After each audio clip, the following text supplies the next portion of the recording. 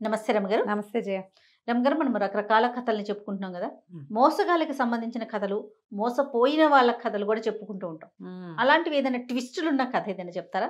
చిన్న కథ పెద్ద ట్విస్ట్ చెప్తాం. ఓ మామూలుగా మనం ఎవరైనా మన ఎప్పుడు మోసం చేస్తారు జయ, మనం అమాయకంగా ఉంటే కదా. నమ్మితే కూడా ఆ, ఆ. కదా. ముందు నేను నమ్మించాలంటే ఏం చేయాలి? నీ నమ్మకాన్ని వాడు తీసుకోవాలి ఫస్ట్. ఉమ్, నీ నమ్మకాన్ని జయించాలి కదా. నువ్వుగా నేనుగా ఉంటే నేను నిన్ను ఎలా మోసం చేసేస్తా? చేయలేను. నేను చాలా నీకు స్వీట్గా మాట్లాడాలి, నీతో చక్కగా ప్రవర్తించాలి. మా ఊరు అదండి, మా ఊరు ఇదండి అని చెప్పాలి. అక్కడి నుంచి ఇక్కడికి వెళ్తున్నావు, మా అక్కయ్య గారు అమ్మాయి పెళ్ళి, మేము ఆ నగలు కొన్నాం, ఆ షాప్కి వెళ్ళి ఏం బిస్కెట్లు తీసుకోండి అనాలి చివరికి. అంతే. నువ్వు బిస్కెట్ తీసుకుని పడిపోయాక నీ నగలు నేను తీసుకోవాలి కదా.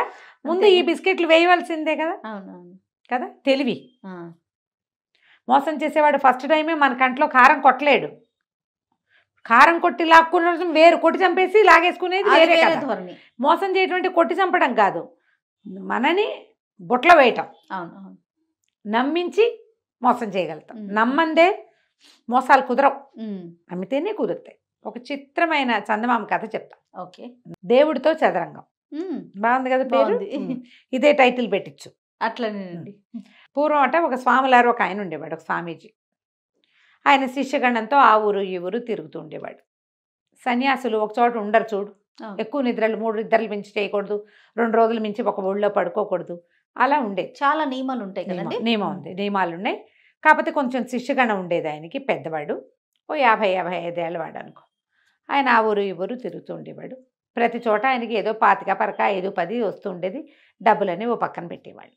ఆయన ఉద్దేశం ఏంటంటే కొంచెం ముందు కాలంలో ఒక ఆశ్రమం నిర్మించుకుని అక్కడ ఉండాలని. ఉమ్, అందరూ చేసే ఐడియానే కదా. అప్పుడు ఏంటంటే ఈ శిష్యగణాలందరికీ కూడా వీళ్ళందరికీ ఒక ఏర్పాటు ఉంటుంది, ఒక గూడు ఉంటుంది. నేను అటు ఇటు తిరిగినా మన్ని ఆశ్రయించుకుని ఉండే వాళ్ళకి ఈ ప్లేస్ ఉంటుంది. ఉమ్, నిజానికి సన్యాసికి అలాంటి ఆలోచన ఉండకూడదు. కానీ ఆయన ఇది నా కోసం కాదు, శిష్యగణం కోసం అని ఆలోచించాడు.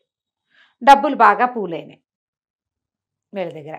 అలా తిరుగుతూ వెళ్తూ ఉండేవాళ్ళు. ఒకరోజు ఒక ఊర్లోకి వెళ్ళారు. ఈయన ప్రవచనాలు చాలా బాగుండేవి, చాలా అద్భుతంగా మాట్లాడతారు ఆయన, మంచి వక్త. వారా వీరా ఊళ్ళో వాళ్ళంతా వచ్చారు. పావలా 5 అప్పట్లో ఇంత 100,000 ఎక్కడ చచ్చినాయి? అంతే. పావలాలు, అర్ధలు, అణాలు, కాసులు ఉండేవి. ఎప్పటికో 100 అయ్యేది.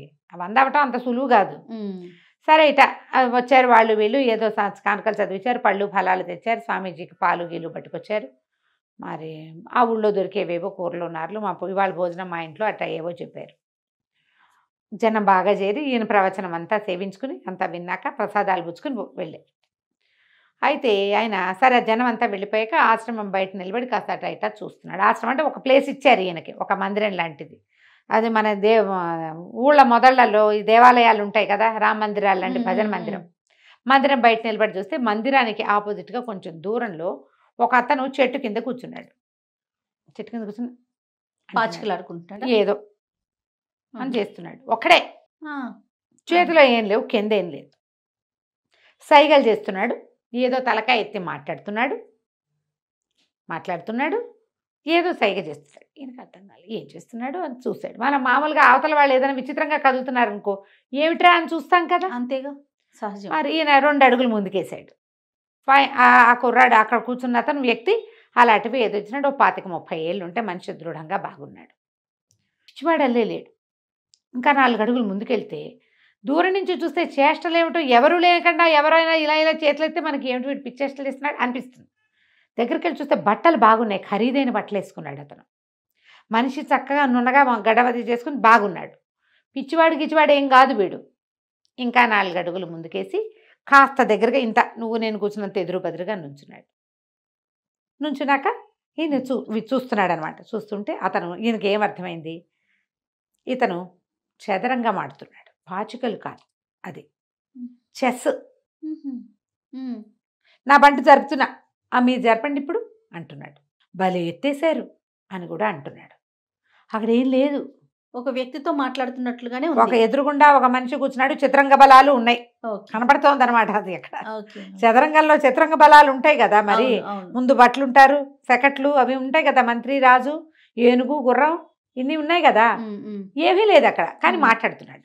మాట్లాడుతుండేసరికల్లా సరే ఈయన ఒక నిమిషం అటాగే చూస్తున్నాడు, దగ్గరికి వెళ్ళిపోయాడు. ఎంత దగ్గరికి వెళ్ళిపోయాడంటే ఇతని చేతులు కదులుతుంటే ఈయన ఎదురు బదురుగా ఉన్నంత దగ్గరగా వెళ్ళిపోయాడు. వెళ్ళి ఆసక్తిగా అందులోకే వంగి చూస్తున్నాడు, అక్కడే వంగి ఏం చేస్తున్నాడో చూద్దాం. అబ్బో రాసేశారు, కట్టేశారు, అయిపోయిందిరా, ఇంకేముంది, నా ఆట కట్టింది, మరి మన పందెం అన్నాడు.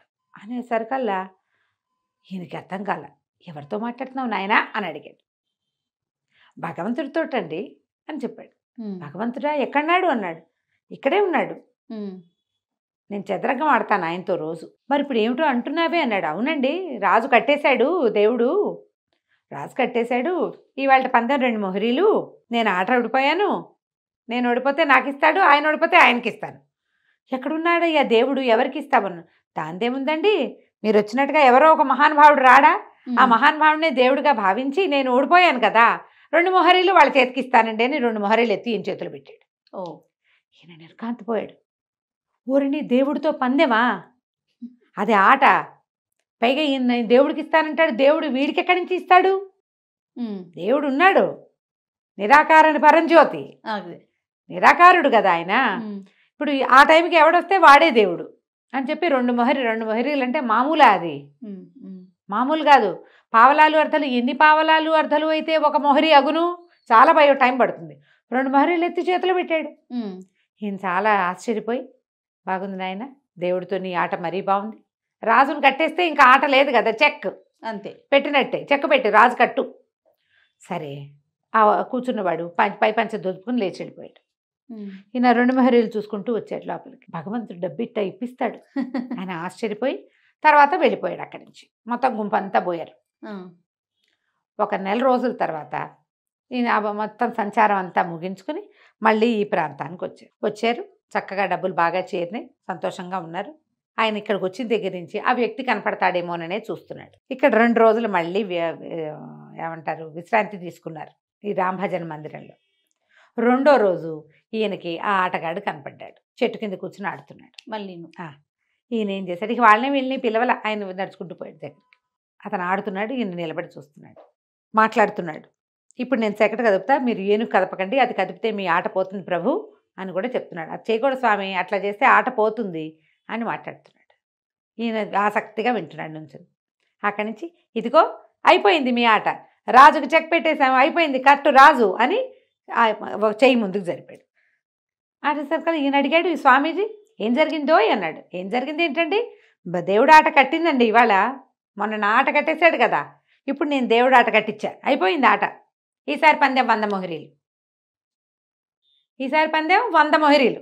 ఈయన ఇంకా తెల్లమొహ వేసుకుని ఉంచున్నాడు. అక్కడి నుంచి సమయానికి మీరు వచ్చారు, ఎవరు వస్తే వాళ్ళ దగ్గర వసూలు చేసుకోవాలి కదా, 100 మొహరీలు తీయండి అని పక్కన పొదలో దాచిన దుడుకర్ర తీసేడు వాడు. ఏం చేస్తారు, మొన్న 2 మొహరీలు తీసుకున్నప్పుడు మాట లేదుగా, ఇప్పుడు 100 ఇవ్వాలా, ఇవ్వాల్సిందేగా. నోరు మూసుకుని 2 ఉన్న డబ్బులు తీసి ఇచ్చి వెనక్కి నడుచుకుంటూ వచ్చాడు. మోసాలు ఎన్ని రకాలు చూడు, దేవుడితో చదరంగం ఆడితే ఇలా ఉంటుంది. చాలా బాగుంది కథ, కంచికి మనం ఇంటికి. చాలా చాలా బాగుంది. మీరు ఆలోచించండి, మనం 2 కాసు పెడతాం ఉచితంగా వస్తే, 100 పోగొట్టుకోట్ల ఎప్పుడు పోగొట్టుకుంటాం కదా మనం. ఇది ఒక 2కి 1 ఫ్రీ దగ్గర నుంచి అలాంటి ప్రతి చోట మనం మోసపోతూనే ఉంటాం. గమనించాం. కానీ నీకు వాడు 2 ఫ్రీగా ఇచ్చాడు అంటే నీ దగ్గర నుంచి ఎంత లాగుతాడు అనేది నువ్వు ఆలోచించాలి. ప్రతి ఇండివిజువల్ ఆలోచించాలి. అవునండి కదా, ఖచ్చితంగా. నమస్తే రమ్మగారు. నమస్తే జయ. సుమన్ టీవీలో మీ పర్సనల్ అండ్ బిజినెస్ ప్రమోషన్స్ కోసం కింది నెంబర్కి కాంటాక్ట్ చేయండి.